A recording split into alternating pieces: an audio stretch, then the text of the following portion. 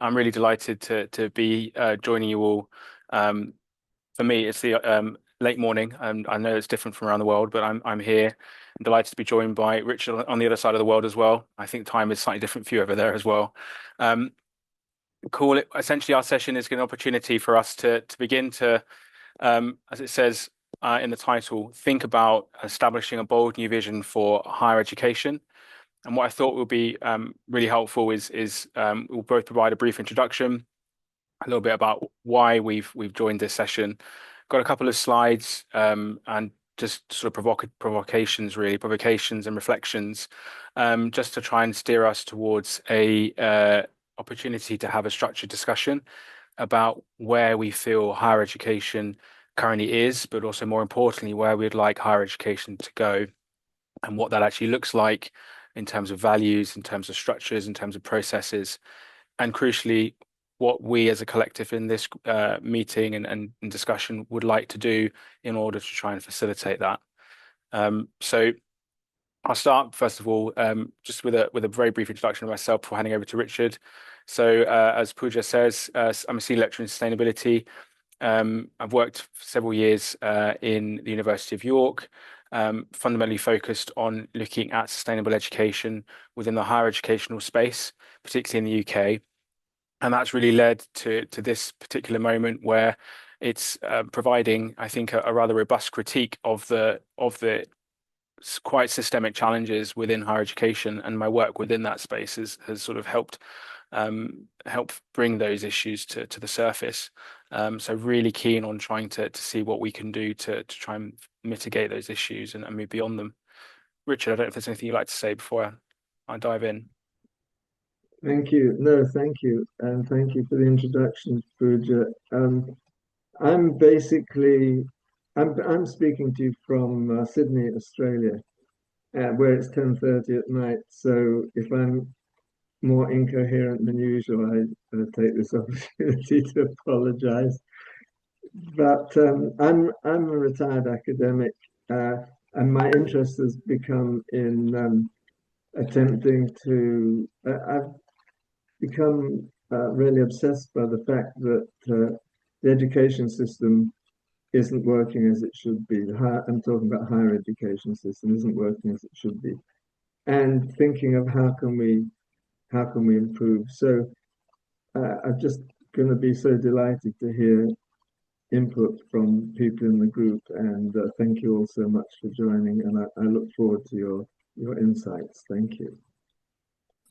Thanks, Richard Brill. What I'll do to sort of get us reflecting and thinking about this very broad and topic is just begin with some provocative reflections. I'm just going to share my screen. Come on, Adrian, I know how to do this. There we are. I'll just, okay. Yes, I do want to do that. All right, I will just go to slideshow.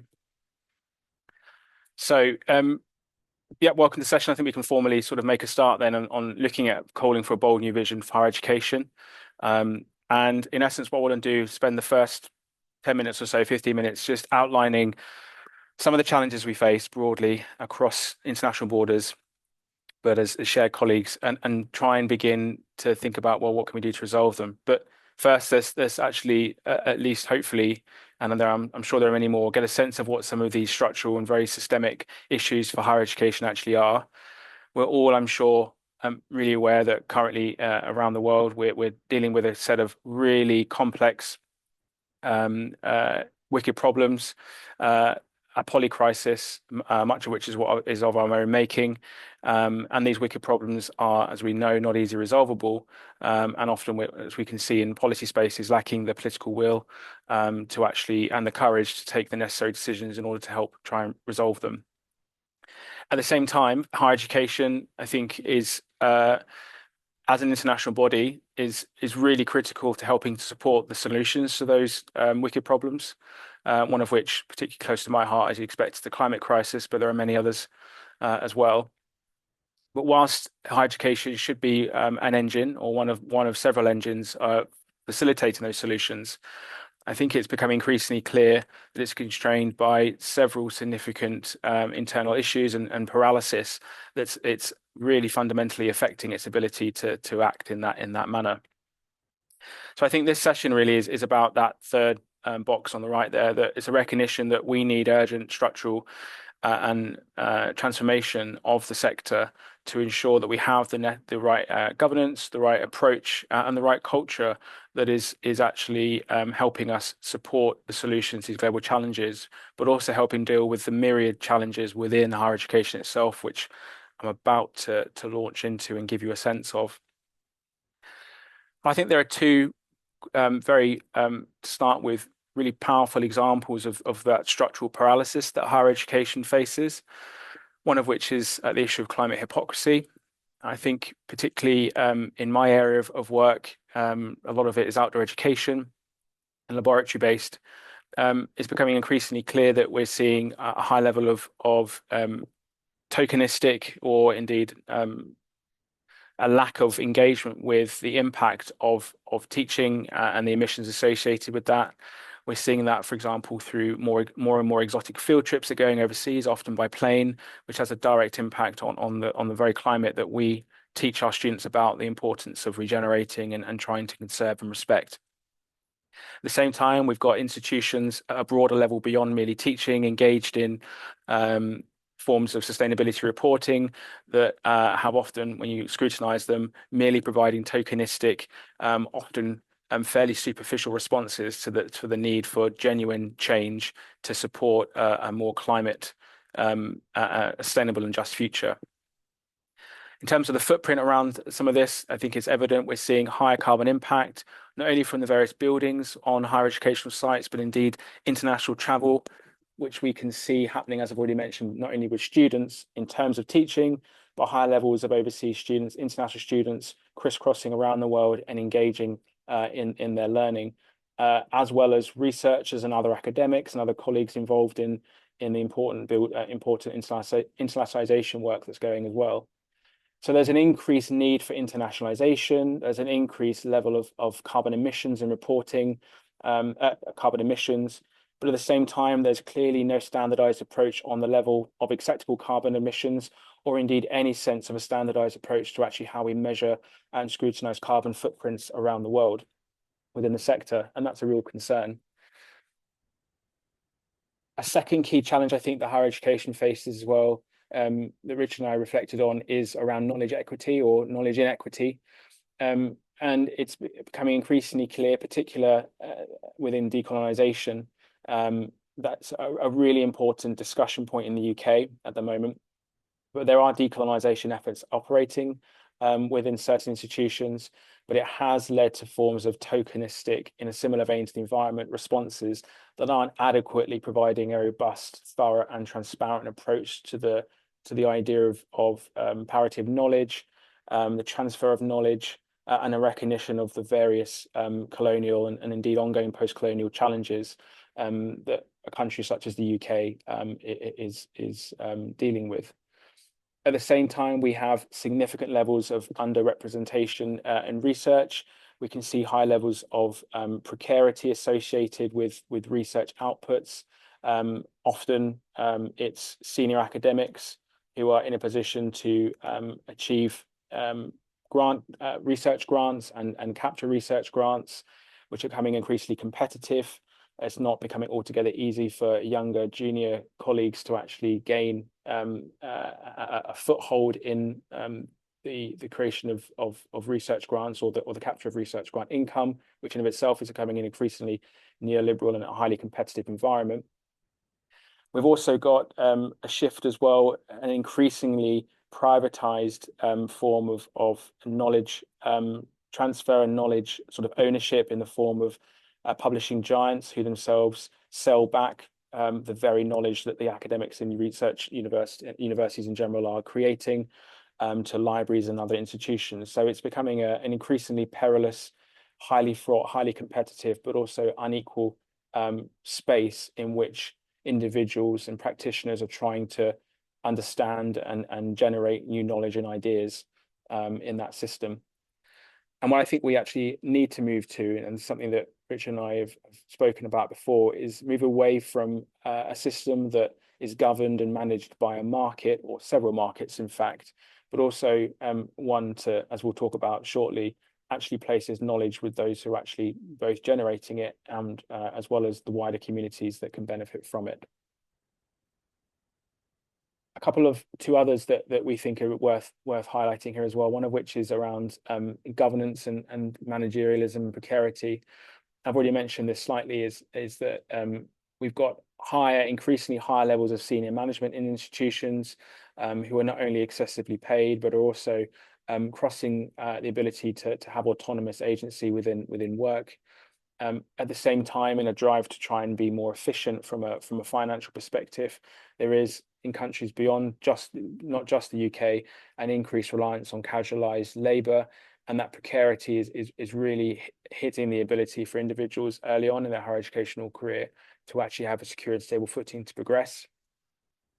It's unfortunate as well to note that even in universities such as York and elsewhere, there are gender pay gaps and other issues that, whilst they're recognised and acknowledged, aren't necessarily being dealt with in a robust way. So we know about the issues, but at the same time, we're not willing to necessarily devote the resources to correct them. At the same time, we've also got a paradox around funding. There's increasingly, as I say, a highly competitive environment to secure research funding, but there does remain a dependence on particularly overseas fees in places such as the UK, as well as fossil fuel funding, which in of itself blocks the ability for the sector to facilitate genuine climate action, whilst those funds and indeed that reliance on overseas mobility plugs the gap in the system. Similar vein, I've mentioned slightly earlier as well, the research trap. And I think one of the challenges that we can see within the higher educational sector is that publishers, particularly the big five publishers in the Western speaking, English language speaking world, are highly commercial entities that are actually gaining a substantial amount of labor, unpaid labor, I should stress, from academics through their work as reviewers, through their work as editors, and at the same time are able to sell back that highly rigorous and highly valued research back to institutions in a sort of perverse market system. So again, it's increasingly closed off research that is not available for those outside of the sector to access. In the UK, and I think this is shared across in other parts of the world as well, there's for those at early career stages, the mantra of publish or perish. This notion that unless you're publishing at scale and at quantity, you're not going to survive in the higher educational space. And there's academic literature that shows the substantive increase in the level of publications that have risen in the 20th century into the 21st, with a typical average academic. The challenge, of course, with that is that not all of that research that's being produced is necessarily as robust or as rigorous as before, because people are being forced by the culture of the sector to publish more and more. And of course, now with the rise of AI and general and ChatGPT and the like, the ability now to pump out of suboptimal offerings, thereby overwhelming journals even further, is sadly with us at this moment in time. We can also see as well a bias on what is perceived to be quality within many of these journals and publications. They're skewed predominantly towards the global north, using English language, whilst at the same time climate research in of itself increasingly in the global north in some parts of the world is being underfunded or defunded, depending on the governments of the moment, and particularly those in populous countries as well. We're seeing that significantly regressive action there that's further damaging research and the ability to generate knowledge for the public good. So a couple of major systemic challenges there, but so how on earth can we try and plot a way forward when the system itself is creaking? I think I have to defer here and acknowledge the huge amount of work that Richard has led on thinking about a possible, and I stress a possible solution, which is a distributed model of education that he's worked on and thought about, which again I think is captured here in these three elements of the slide. First of which is going back to that sort of infrastructural piece and I suppose the footprint of higher education. A distributed model of education would suggest that actually we need a wholesale physical transformation of institutions, replacing these large campuses with a network of local hubs, which could either be physical or indeed virtual, and crucially challenging the notion that education in the higher educational context is competitive. It's fundamentally, with a distributed model of education, about re-imbuing and trying to establish and forge collaboration with local actors, not merely other higher education institutions, but indeed other educational actors as well, which I think is a really powerful way of trying to shift from that competitive neoliberal environment that universities in the UK and elsewhere are grappling with. At the same time, it's also just thinking about that distributed model and intellectual transformation, the fact that we need to move away from knowledge being contained within certain publishers, and recognizing the need for open educational resources to end that commodification, hopefully try and reduce that commercialization, but also shift to academic owned diamond open access journals. Again, powerful agency and autonomy for academics, those who are actually developing the research, to actually own the dissemination of that research. And the result of some of these actions, and these are only two examples, would be not only a dramatic reduction in the carbon footprint, but also a recognition that through a collaborative approach, there would be a wider distributed leadership model that would help increase autonomy and adaptability and flexibility. So we're working together as opposed to competing with each other. And this does help show that there's some alignment with Web 3.0 and decentralized tech. I'll pause here, Rich, and just check if there's anything else you'd like to mention at this stage that I've missed. No, it's good. Good summary. Thank you. Real. So I think that hopefully gives a brief introduction as to the sort of parameters of how we'd like this debate to sort of shift. And what I thought would be helpful, we've got two sort of slides here that have got some opening questions. One of which would be just to hear some reflections on from who we have in the room with us, where you're working, and I suppose also what you're doing. An initial reflection from us would be great to hear some thoughts around what specific part of the HE system should we be prioritizing to try and transform first? Are there any urgent? I mean, all areas arguably are urgent, but where's our in, and why do you feel that's a priority? And I suppose a connected question really is, what sort of leverage points for change could we focus on that fundamentally alter the system, so not merely perpetuating the current challenges we have now? We thought they were hopefully three useful starting questions. We've got several deeper questions here, but to kick us off, it would be great if we could start hearing from some colleagues, people in the room, where they are and what they're doing, and that sense of prioritization. I don't know, Richard, if you'd like to go first while others collect their heads.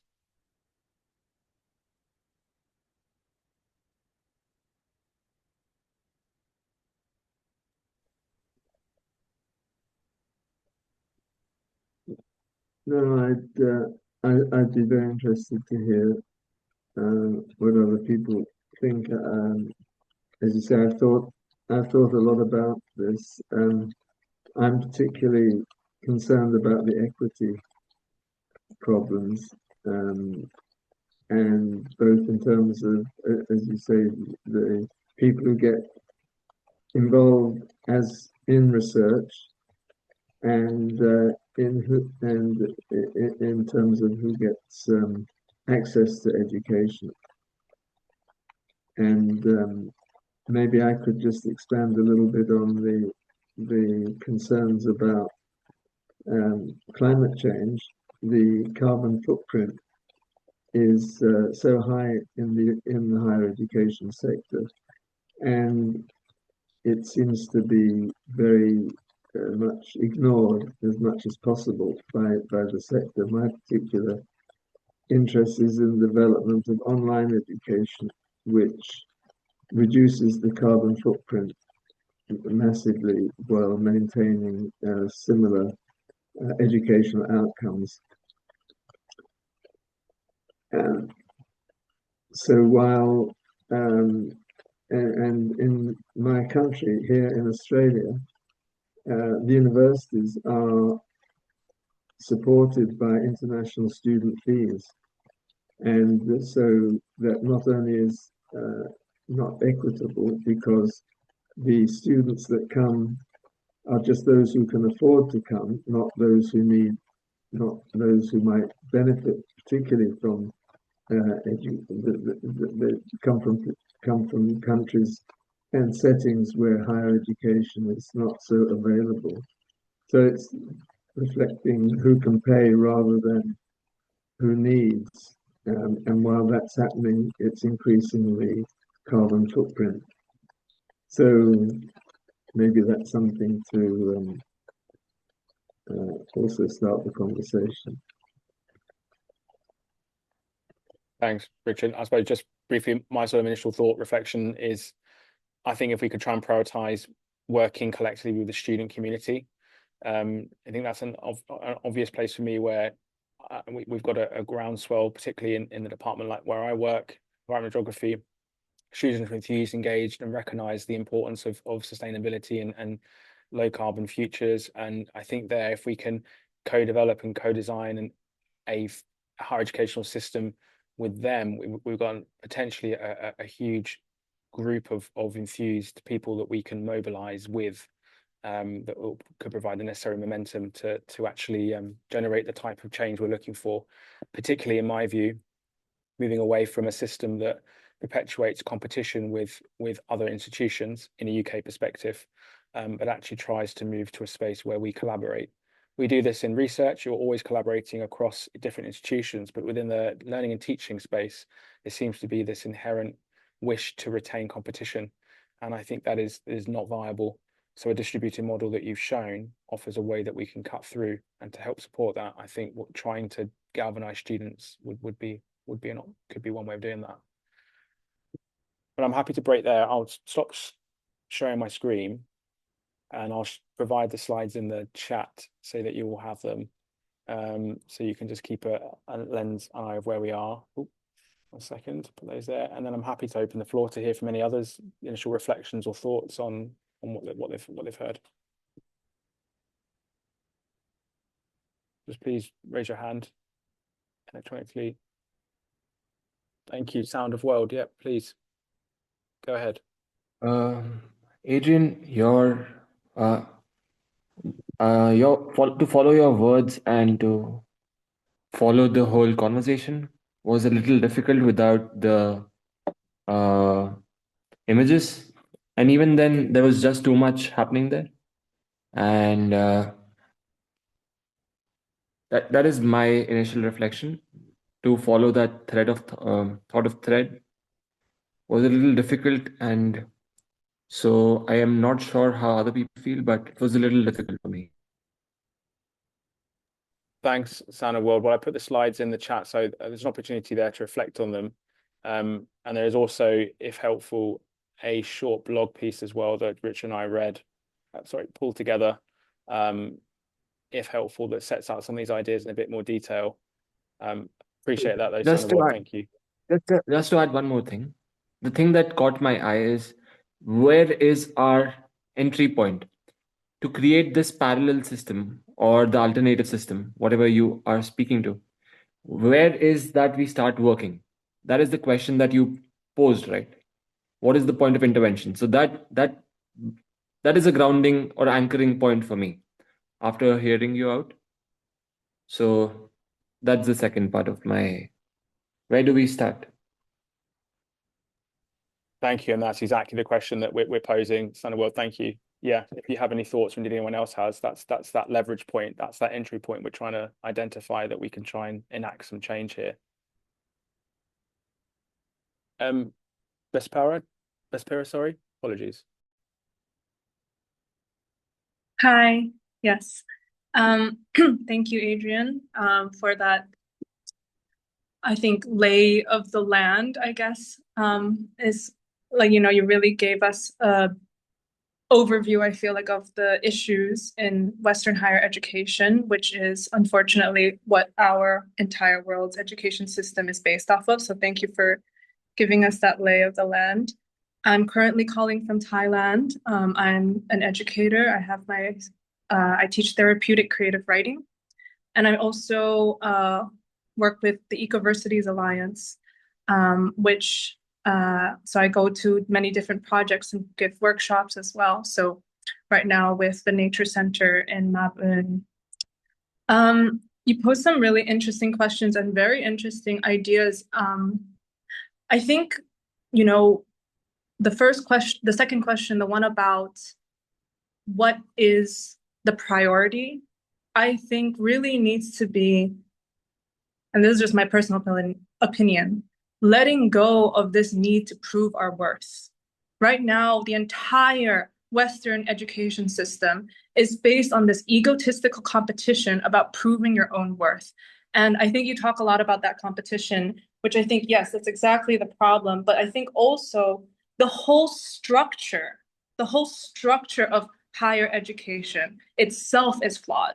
This whole idea that we need to get some fancy degree to prove yourself so that you are worthy to prove yourself again, so you are worthy to prove yourself again, is this never-ending proving yourself. I think that idea, that philosophical problem is the root issue that we need to really tackle, because once we let that go, we can actually see that a lot of things are already happening, which I think brings me to the third question of the leverage point. I actually think, especially so I've been kind of involved with the Ecoversities Alliance for a couple of years now, that actually that web of alternative education systems is already developing. It's already happening. There are already people dedicating themselves to the land, learning in a way that is project-based. In Mabun, for example, the founder used to be a government official, realized the government wasn't doing what he believed in, so he quit, and then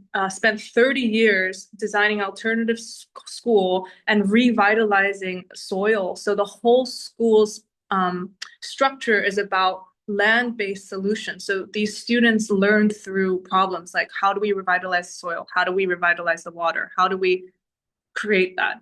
And I really think now, and it's really cool to hear, Adrian and Richard, you guys being in this space, because now the question is, what does it mean to, and I don't want to say validate, because then we're in the cycle of proving again, but it is this interesting thing where, these things are already happening in Thailand, for example. These things are already happening in Philippines, and they're under the surface. They're not mainstream.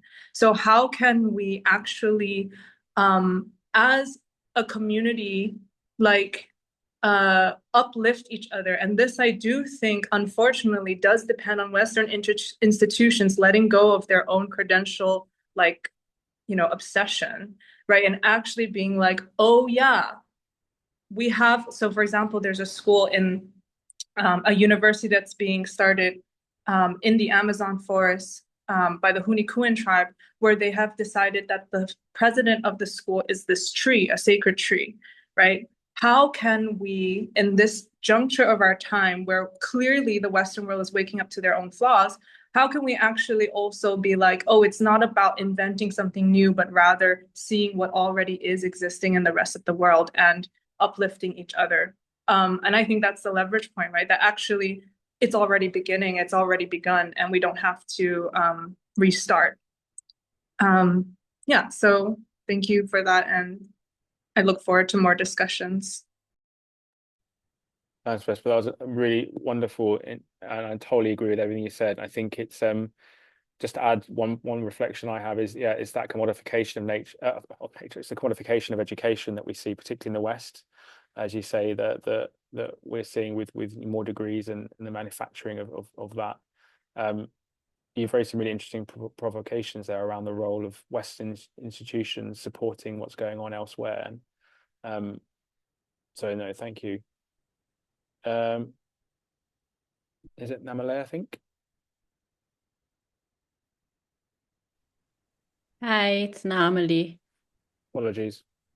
No worries. So I don't I'm not in education as such.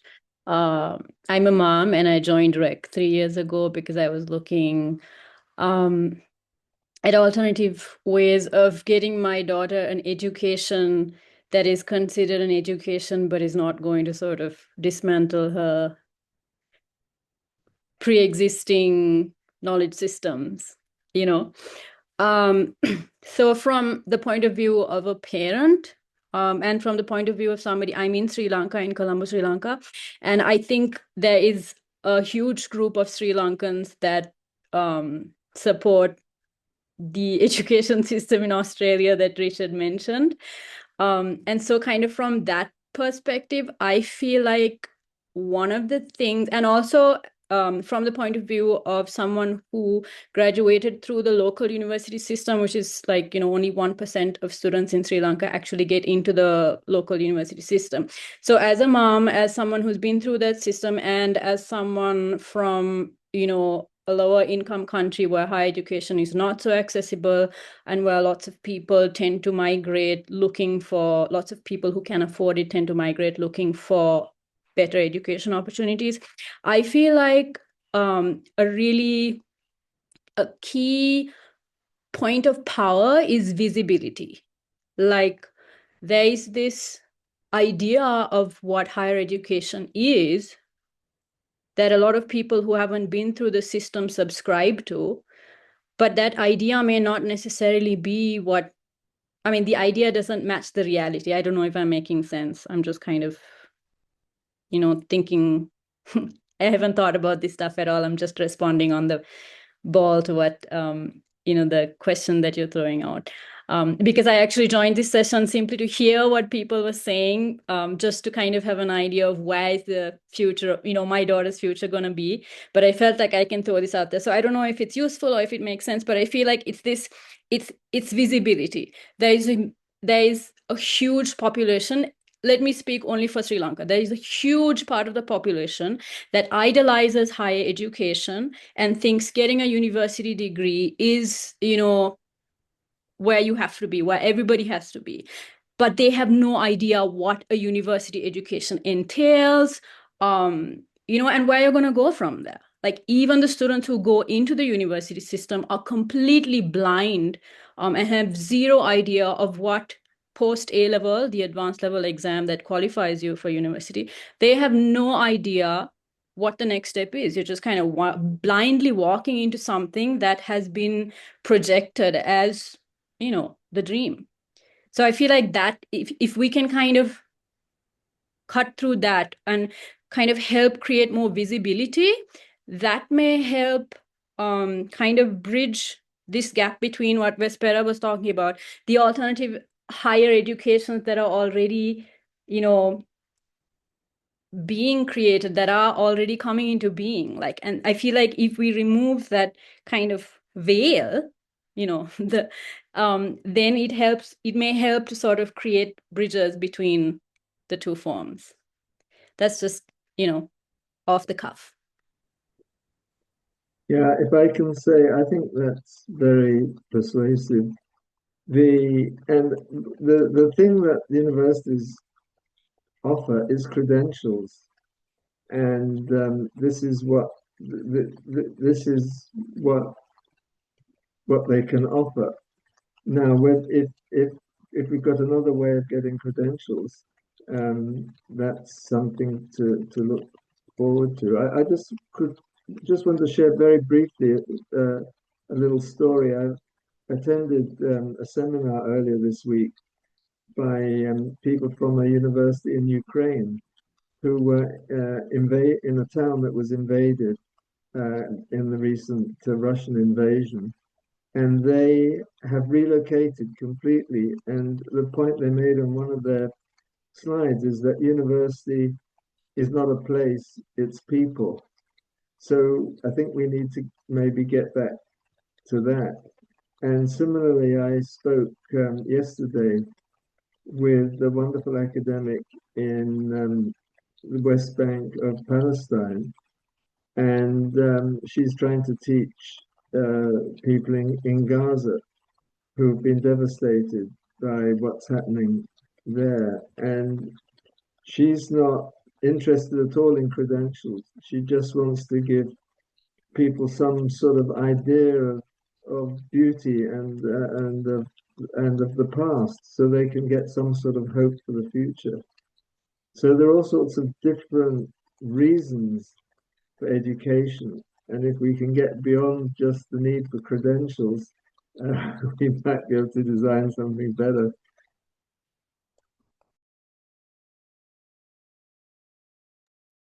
Thanks, Richard. And Vanessa, did you have your hand raised? Go for it. Hi, I'm Vanessa. Thank you for the presentation. It was indeed nice to have the visuals with the explanation. I'm based in Amsterdam, the Netherlands, where we've been having an educational problem with many burnouts, lack of teachers. And as a solution, I rolled into education as an artist because they started to place artists in front of empty classrooms. And that gave me the opportunity to create my own curriculum using my own art forms as a way to, give whole classrooms school in a kind of free manner. And I then went on to do the teacher study, which I didn't get. I didn't get the diploma because I'm really bad at maths, so I had to stop that. But it was very helpful. And also I went into the study really wanting to bust the system and this has to change and everything. And I've come to a few conclusions.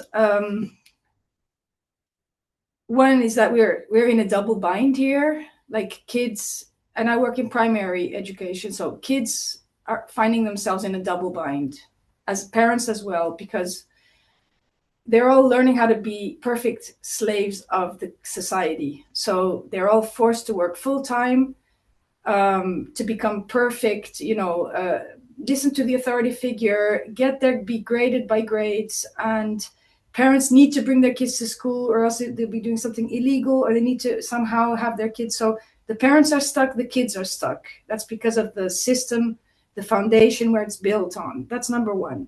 Number two, there's this book which I didn't finish reading or hearing, which is called Finite versus Infinite Games. And it explains that that we're in a competition-based society, and then the mentality we're in is actually based on winners and losers. And that's the way kids are being inspired to win. And that's because we're in a competitive society and every single thing is based on the finite, not the infinite. Whereas to get to a different paradigm, we have to shift a major thing. Then you have to see also that the higher education is based on about like 6, is what I've understood through an extra study I did on education, that the whole higher education is based on 6 countries.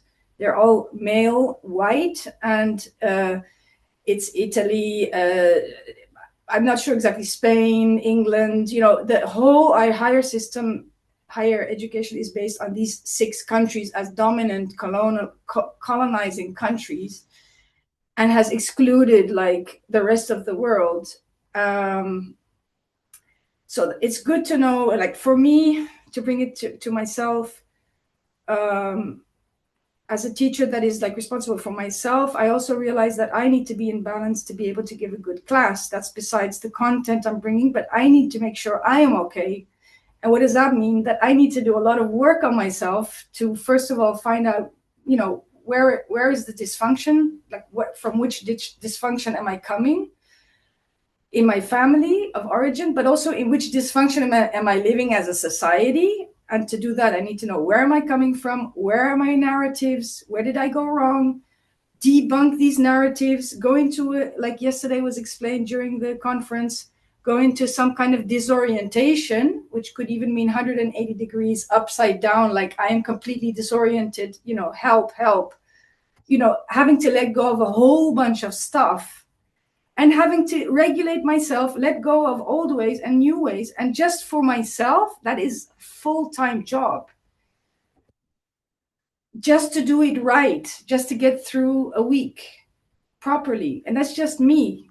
So I think it begins with the self, and then to see the whole system as a human being, as a psychology of a human being. Like, how do we do that? How do we heal a human being? And then try to somehow expand that as a whole and approach it as you would one human being, as an organism that is trying to recover and needs certain tools to just make it through the day, organically things will unfold in a kind of co-creational way. So that's what I have to bring. Thank you for listening. Thanks, Vanessa. That was really powerful. I think, Richard, you wanted to jump in.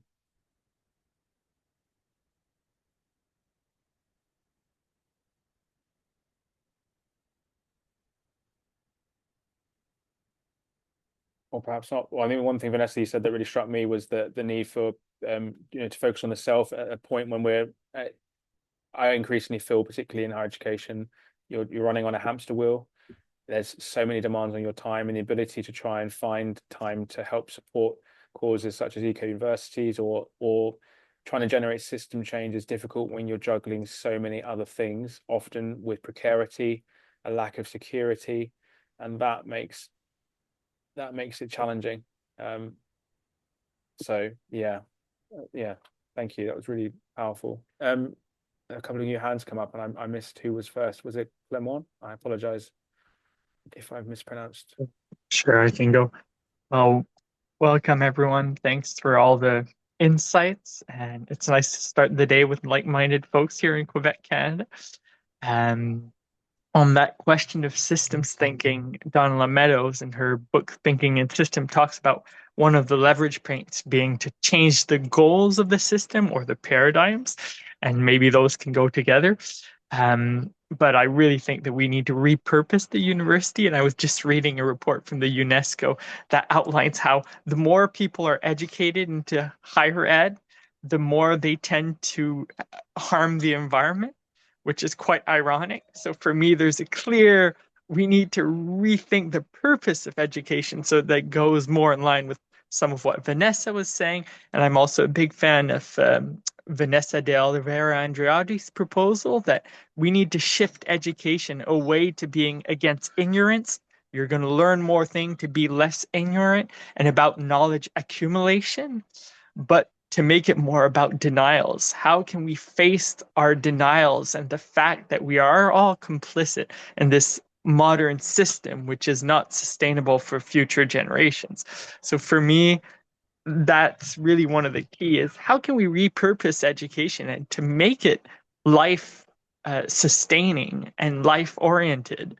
And at the same time, I'm very wary that we don't want to create one model that replaces the existing model, but to multiply the model. So I do resonate a lot with what you've proposed and what Richard's proposed in your vision of decentralized. And I think one of the first things we might need to hospice are the campuses, as I think they are something that accentuates the divide between universities and societies. Whereas once we've hospiced the campus and bring organization within those buildings and vice versa, I think it's going to create a nicer, how can I say, it's going to create a more purposeful university.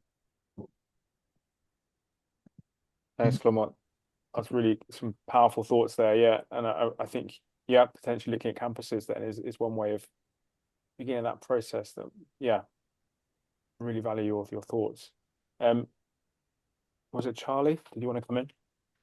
Sure. Hello, everyone. I guess first I wanted to just connect with what a lot of people are saying. I'm really resonating with what loads of people are saying. I really liked what Vespera said about recognizing what's already existing in the what's out there, these alternative ecological land-based learnings and learning communities, which can be an alternative to going through the higher education route. But I think one challenge is access to learning resources and access to specialist knowledge, which is held inside the walls of higher education. So just one very specific example, if you really want to get into like molecular biology, the universities have the microscopes. So how do you access those very specific resources? So one thing that popped into my mind is, could we convince the existing university structures to actually open their doors a little bit to let people actually have a bit more access to some of these specialist resources, and that way connect to this kind of broader vision of a distributed learning network. So if you're part of an alternative learning community, could you knock on the doors of the institutions and say, hey, just let's have just like one afternoon to have a look through your microscopes so our kids and our youth can just have that experience and learn from it. So it's like breaking down that hard wall and turning it into more of a membrane, right? A membrane to pass through those hard limits of access to specialist resources. Yeah, is one thought. Thanks, Charlie. It's a great thought, and one that helps try and embody that sense of culture, of community, partnership, as opposed to closed off equipment, logistics, etc. I've got plenty of hands here, which is amazing. Who would like to go? I don't know who was next. I've completely lost track. I'm trying to multitask here. Who would like? Bridget, would you like to go next? Hi, thanks so much. Can you hear me? Hello, everybody. It's really, really wonderful to be back here in this space. Apologies for missing the start of the presentation. I'm calling from South Africa, where I've been rooted for the last 17 years, and something that that is really alive for me in my personal life and in my work and in the academic spaces is equity, justice, and decolonizing education spaces. And the big, I guess the first question for me is around who is doing the reimagining, and who, like, in terms of where is that process happening from? Because a Western colonial system trying to reimagine itself is problematic in itself. And even in terms of, for example, this panel, what legitimacy, it's, and this question of being complicit, and speaking from as a British white woman living in South Africa, that brings all of its own complexities in my personal life and in my work. But to really question from the very outset, where should this reimagining be grounded from? It's there's so much that the Western colonial universities at their heart, those that are based in Europe and the US, etc., there is so much unlearning and humility and going back to letting go that needs to happen before any of the real work can begin. And actually the Global South needs to be driving this process of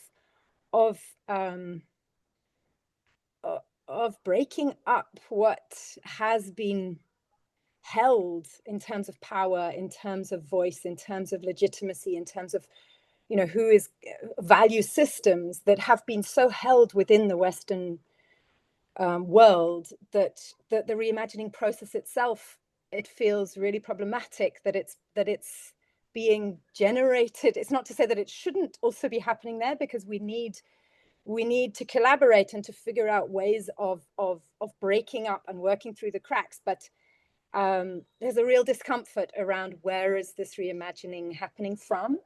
And then the other thing, just in terms of language, we speak about higher education, we speak about universities, higher, just like so obviously creating the hierarchies of how education is valued. The colonial single story narrative within the university space. So yeah, I'm working very, very much with trying to dismantle from within and from without the systems, and to work with my own complicity within these systems that is an everyday experience, and to figure out how to build, I think, like some of you have described, these public campuses that are truly public, that don't actually exist on the land of the current university campuses, but are actually where our communities are the campuses of public learning. And to actually completely rethink the ways that we consider and value learning spaces and how we use public spaces. So yeah, just wanted to share that. Thank you so much. Thank you, Bridget. That was really powerful and some great questions that I've noted down. Appreciate you sharing. Thank you. I'd like to make further space for Rachel. Thank you for waiting so kindly, patiently. Thanks so much. I am I'm a professor and like so implicated and steeped in all of this. I'm a sociology professor and I run the sustainability studies minor at UMass, University of Massachusetts. And so I feel like I'm mostly listening, and so many things resonate. First with Vespera's comment, just how much our educational system is kind of this Western logic of us needing to prove ourselves as opposed to just already being worthy, as human beings, as opposed to like humans buying. And I just want to I want to say that there's a real need to just like let it go. Like I Hospicing Modernity and Outgrowing Modernity, those two books have really resonated with me. And I feel like I'm at a point of like trembling, and I'm in that disorientation right now around like, I don't think it's about like thinking or figuring our way out of this. I think it's about really getting back to some of the principles around what it means to I'm even having a hard time like articulating myself around it.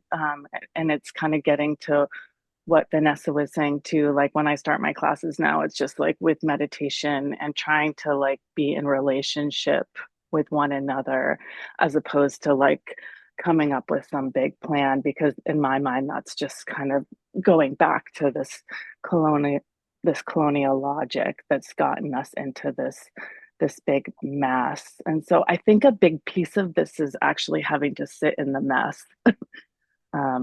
It's really uncomfortable as opposed to having to like figure it out. I think we have to like be in the mess right now and do the soul work of being disoriented and feeling the discomfort and the awkwardness and the vulnerability and the fear, and yeah, just really being with how effed up our world is right now. And I'm just kind of in awe of how much connection we're having from so many different parts of the world. And maybe it's less about thinking and more about like being with each other and also grieving.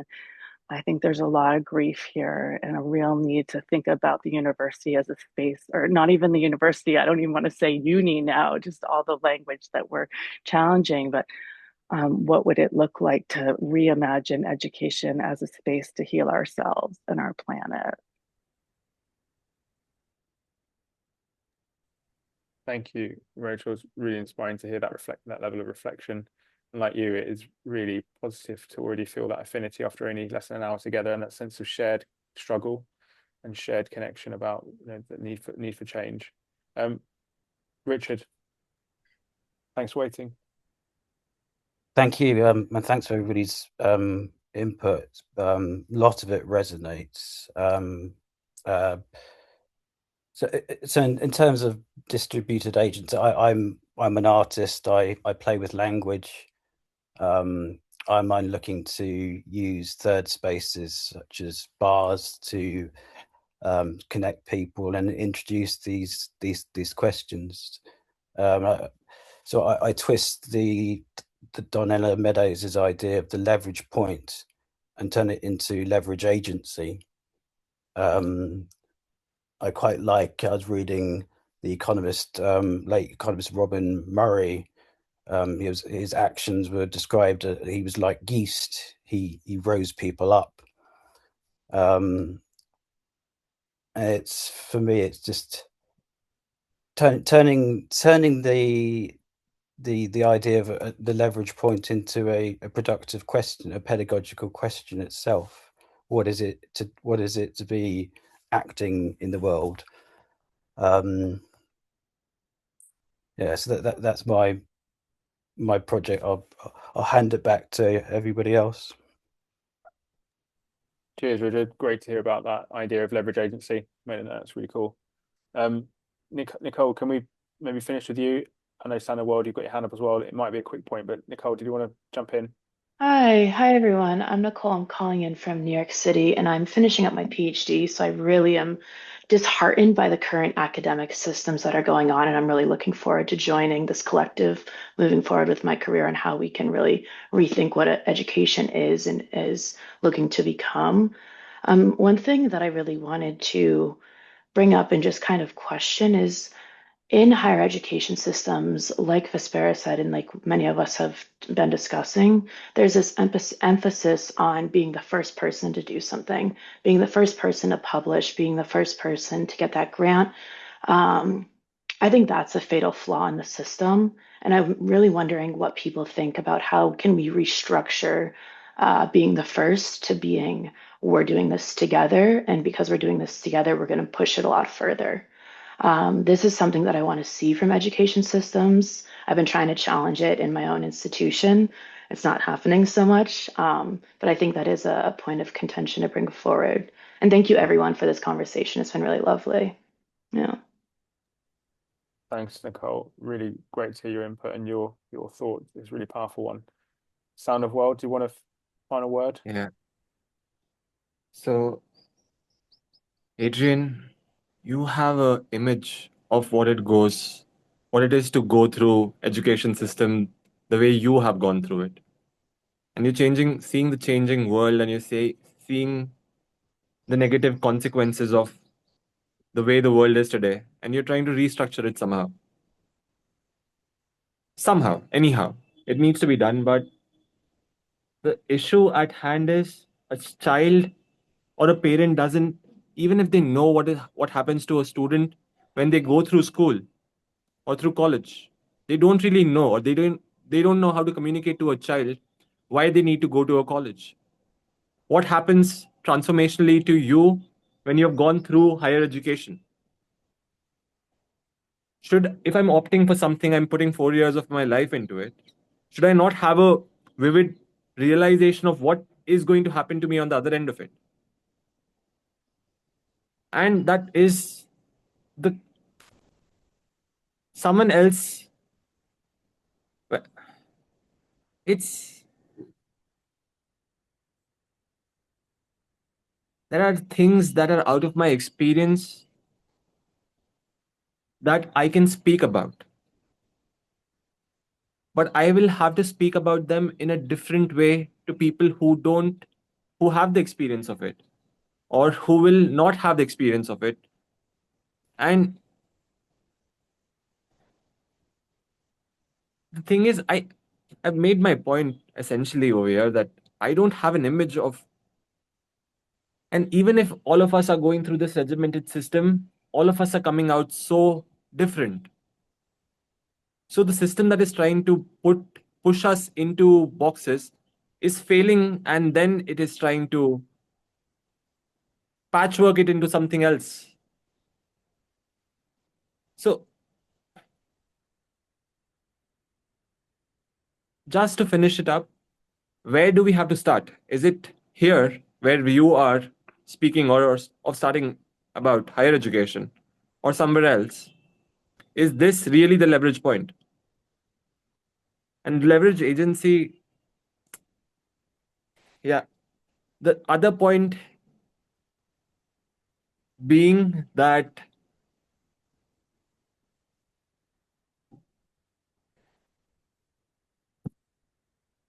this thing which is education right now, we are so entrenched by the word. We have lost sense of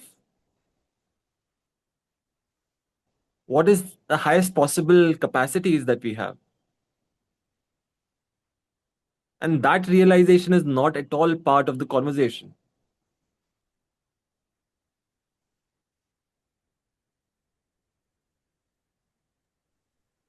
Thank you, Sana. Well, but perhaps in the future it can be. I hope this is the start of discussions, not really the end. And the example of a distributed model was just one example of maybe many that we need to have that try and change the system.